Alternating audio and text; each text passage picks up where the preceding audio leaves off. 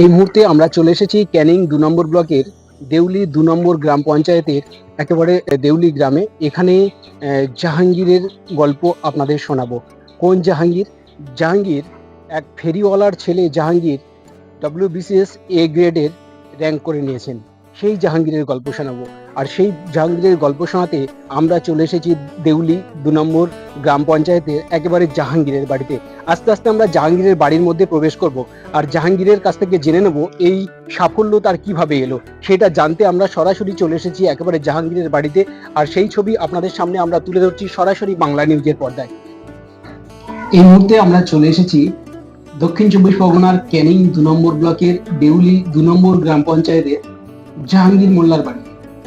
জাহাঙ্গীর মোল্লাকে এক ফেরিওয়ালার ছেলে জাহাঙ্গীর মোল্লা, দেউলি ২ নম্বর গ্রাম পঞ্চায়েতে ওনার বাড়ি।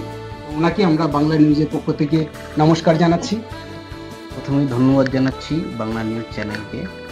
আমি WC 2022 গ্রুপ এ পদে অ্যাসিস্ট্যান্ট কমিশনার অফ রেভিনিউ পদে সিলেক্টেড হয়েছি। এটা আমার প্রথম WBCS পরীক্ষা ছিল এবং এর পেছনে অনেক গল্প আছে। সেই গল্পটা বাংলা নিউজ চ্যানেলের পক্ষ থেকে কভার করার জন্য আমি অনেক অনেক ধন্যবাদ জানাচ্ছি আপনাকে।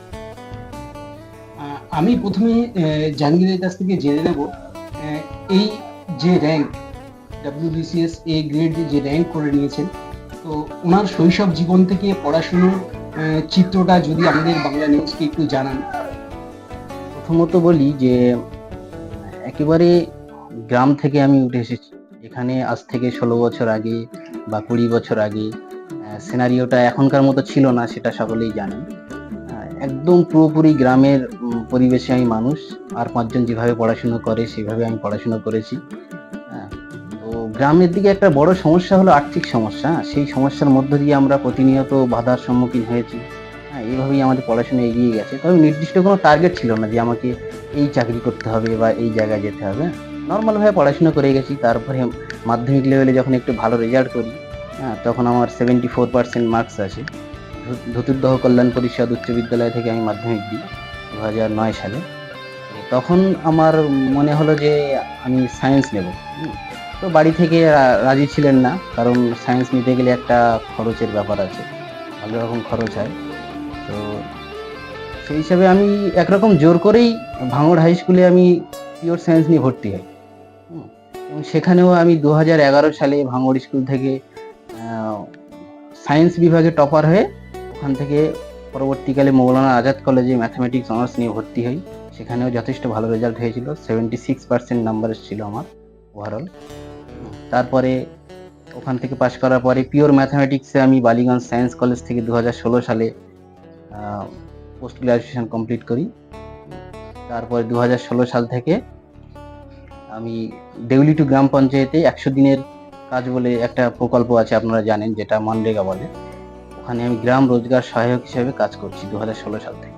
জাহাঙ্গীরের কাছে আমার আরো একটা প্রশ্ন, যে সংসার জীবনে আমরা খোঁজ খবর নিয়ে আমরা যেটা জেনেছি, বাংলা নিউজ যেটা জেনেছে তা হলো বাবা আগে যখন আপনি ছোটবেলায় পড়াশুনো করতেন সেই সময় বাবা ফেরিওয়ালার কাজ করতেন।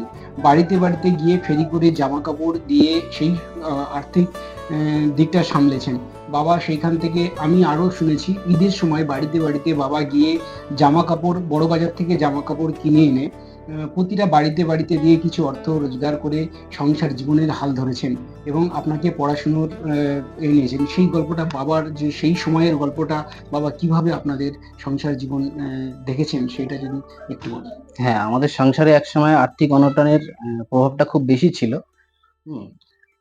বাবা যখন ফেরি করতেন মেনলি বাজারে এবং হাটে যেতেন, হ্যাঁ, গ্রামের থেকে বেশি। তো আমাকেও মাঝে মাঝে কিন্তু ঈদের সময় একটু যখন ভিড় হয়ে যেত বাবার ব্যবসায়, তখন আমাকেও হাটে বাজারে যেতে হয়েছে সাথে। সেটা মাধ্যমিক পর্যন্ত আমি যেতে পেরেছি, তারপরে আর যাওয়া সম্ভব হয়নি। কিন্তু প্রচন্ড আর্থিক অনটনের মধ্য দিয়ে আমরা জীবন অতিবাহিত করেছি। পড়াশুনো করতে গিয়ে এই মুহূর্তে আপনার যে পড়াশোনার পরে আপনি WBCS এ যে র্যাঙ্ক করেছেন, A গ্রেড র্যাঙ্ক করেছেন, এই বিভিন্ন মানুষ শুনলেন, তারা আপনাকে কিভাবে উৎসাহিত করলেন? হ্যাঁ, মানে বরাবরই আমাকে এলাকার শুভাকাঙ্ক্ষী মানুষ যারা আছেন তারা আমাকে সাপোর্ট করতেন। সেজন্য মাধ্যমিকের পরে যখন আমি ভালো রেজাল্ট করেছিলাম না, অনেকে আমাকে মানে অনেক রকম পথ দেখিয়ে দিয়েছিলেন যে এই পথে গেলে তুমি এই সাহায্য পাবে, হ্যাঁ, আর্থিকভাবে এরকম সাহায্য পাবে, এখানে গেলে বই পাবে। তো আমি অনেক জায়গা থেকে সাহায্য পেয়েছিলাম। তো সেই জায়গাটা থেকে আমার মনে হয়েছিল যে নিজেকে না এমন একটা জায়গায় নিয়ে যেতে হবে যেন আশেপাশের মানুষজন, সমাজের যারা ভালো মানুষজন আছে, হ্যাঁ, তারা যেন আমার দিকে তাদের একটা আকর্ষণ তৈরি হয় যে এই ছেলেটাকে ভবিষ্যতে একটা জায়গায় দেখতে চাই, হ্যাঁ। তো সেরকম জায়গা থেকে আমাকে অনেকে উৎসাহ দিয়েছেন এলাকার। এর থেকে এখন কেমন লাগছে যে আপনি একটা ভালো জায়গায় গিয়েছেন, এত কষ্টের পরে জীবনটাকে অতিবাহিত করার পরে আপনি এমন একটা সুন্দর জায়গায় পৌঁছালেন, এই মুহূর্তে আপনার কেমন লাগছে? এটা তো অত্যন্ত আনন্দের বিষয় যে এরকম একটা রাজ্য সরকারের অন্যতম প্রবেশিকা মানে প্রতিযোগিতামূলক পরীক্ষা যেটা, যেটাতে আমি র্যাঙ্ক করেছি, এটা অত্যন্ত কষ্টসাধ্য ব্যাপার। হুম, উম, তো যদিও এটা মানে কষ্টসাধ্য, কিন্তু আমার ১ বছরই টাইম লেগেছে। মানে প্রথমবারেই আমি এটা ক্র্যাক করতে পেরেছি। তো ফিলিংসটা তো একটু অন্যরকম লাগবেই।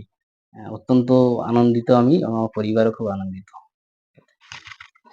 ভবিষ্যৎ প্রজন্মের জন্য আপনি যেভাবে এই গ্রাম থেকে উঠে এসেছেন, গ্রাম থেকে এমন একটা সুন্দর জায়গায় গেছেন, তো ভবিষ্যৎ প্রজন্মের জন্য আপনি কি বার্তা দেবেন? তারা কিভাবে পড়াশুনো করবে, গাইডলাইন কি দেবেন? প্রধান যেটা আমার মনে হয় যে লাগে সেটা হচ্ছে ইচ্ছাশক্তি। যত বড় বাধা থাক না কেন, যদি ইচ্ছাশক্তি আমার সবল থাকে, তাহলে কিন্তু কোনো কিছুই আমাকে আটকাতে পারবে না।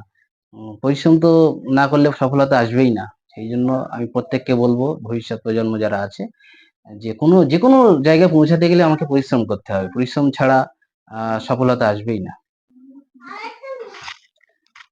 ধন্যবাদ জাহাঙ্গীরকে। আমরা বাংলা নিউজের পক্ষ থেকে ভবিষ্যৎ প্রজন্মের জন্য যে বার্তাটা দিলেন জাহাঙ্গীর, তাদের পরিশ্রম করতে হবে এবং একটা লক্ষ্য থাকতে হবে। সঠিক কথা, লক্ষ্য না থাকলে লক্ষ্যে পৌঁছানো যায় না। সেই বার্তাটা জাহাঙ্গীর ভবিষ্যৎ প্রজন্মের জন্য দিয়ে রাখলেন। আমরা বাংলা নিউজের পক্ষ থেকে আর একবার জাহাঙ্গীরকে নমস্কার জানাচ্ছি। ধন্যবাদ আপনাকে। তবে আমরা এবার জাহাঙ্গীরের বাবার সঙ্গে একটু কথা বলে নেব। একটা বাবা হিসাবে যে দায়িত্ব উনি পালন করেছেন, মাথার ঘাম পায়ে ফেলে জাহাঙ্গীরকে আজ এই জায়গায় পৌঁছে নিয়ে এসেছেন। আমরা বাংলা নিউজের পক্ষ থেকে ওনাকে আমরা ধন্যবাদ জানাচ্ছি।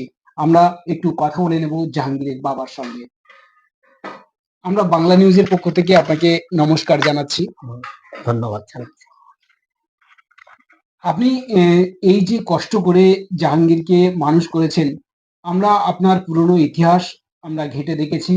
ভবিষ্যতে জাহাঙ্গীর আপনার যে এমন জায়গায় পৌঁছাবে, আপনি এটা স্বপ্নে কি কোনোদিন ভেবেছিলেন? না, বরাবরই ও পড়াশোনায় ভালো ছিল। তবে এই জায়গায় আসবে আমি স্বপ্নে ভাবিনি। তা সবাই আমার মানে সহযোগিতা করতো, আমাকে বলতো ছেলেকে এই জায়গায় নিয়ে যাও, ওই জায়গায় নিয়ে যাও। সেই হিসাবে ও যে লাইন যেতে চেয়েছে আমি যেতে দিয়েছি। আপনার ফেরিওয়ালার গল্প আমরা শুনেছি। তো আপনার সেই সময়কার গল্প যদি একটু বাংলা নিউজে একটু জানান। আমি যখন ফেরি করতাম, ও তখন বাচ্চা ছিল। তারপর আস্তে আস্তে মাধ্যমিক দেওয়া মাধ্যমিক দেওয়ার আগেও ও আমার সঙ্গে অনেক সহযোগিতা করেছে। মাঝে মাঝে ওকে বাজারে নিয়ে যেতাম, এই গুছানো বই, মানে অকেশনের বাজারে, পুজো পার্বণ বা ঈদের সময় ও আমাকে অনেক সহযোগিতা করেছে। বাংলা নিউজের পক্ষ থেকে জাহাঙ্গীরের বাবাকে আমরা ধন্যবাদ জানাচ্ছি।